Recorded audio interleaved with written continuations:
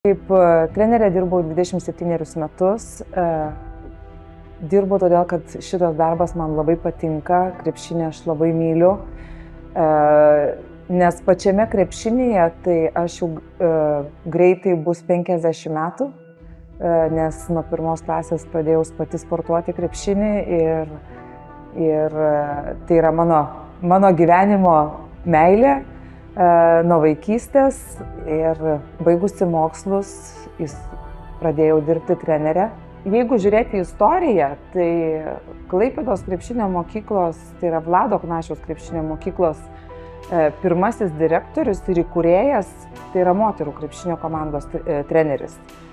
Tai manau, kad tos tradicijos Klaipėdos krepšinio yra gilios ir labai reikšmingos. Ir labai džiaugiuosi, kad turiu progą tęsti šitą darbą ir būtent dirbti su mergaitėm ir su moterim kažkurį tai laiką, netrumpą, 15 metų. Klaipėdos krepšinis rengė knygą apie trenerius, krepšinius, apie Klaipėdos krepšinį. Ir mums reikėjo treneriams surašyti savo pasiektus rezultatus. Aš kažkaip tai niekada neakcentavau, nežiūrėjau, nestebėjau, tik aišku, aš turiu namie, kaip mes vadinam, šlovės kambarį, kur yra ir mano sūnų, ir mano pačios, kaip trenerės, visi apdovanojimai, medaliai, taurės, ir tame kambaryje yra viskas iškabinta, išdėliota. Ir kai tą knygą ruošė, aš turėjau atversti vėl savo puslapį ir moksleivių lygos ir pasižiūrėti, kokie tie rezultatai. Tai praktiškai nebuvo metų, kuriuos kiekvienais metais užimdavom su savo komandom, užimdavau prizinės vietas, kiekvienais metais. Tai ar tarp vyresnių, ar tarp jaunesnių, ta prasme, mes visada būdavom prizininkėm.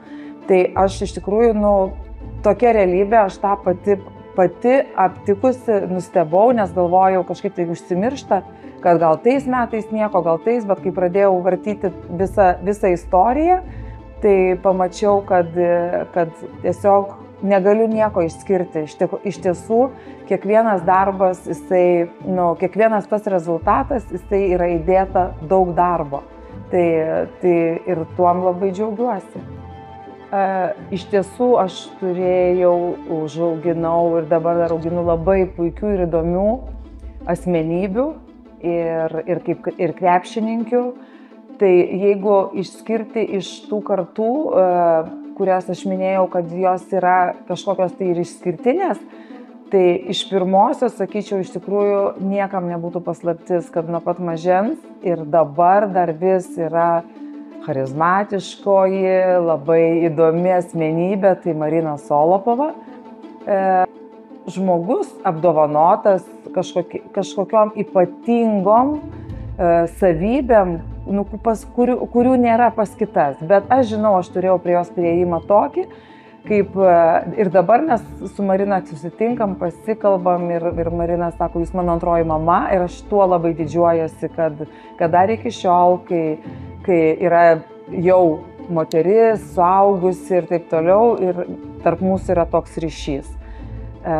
Iš kitos tos kartos, sakyčiau, tikrai irgi taip pat tikriausiai niekam nepaslaptis, tai yra Justė Jocytė. Tai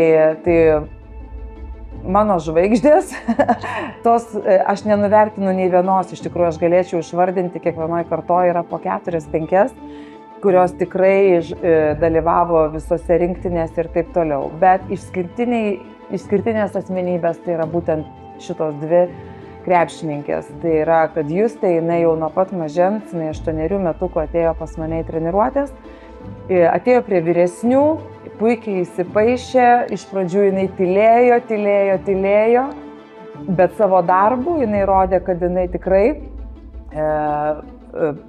niekuom nenusileidžia vyresnėm mergaitėm ir šiai dienai mes matom tokį rezultatą, koks jis yra.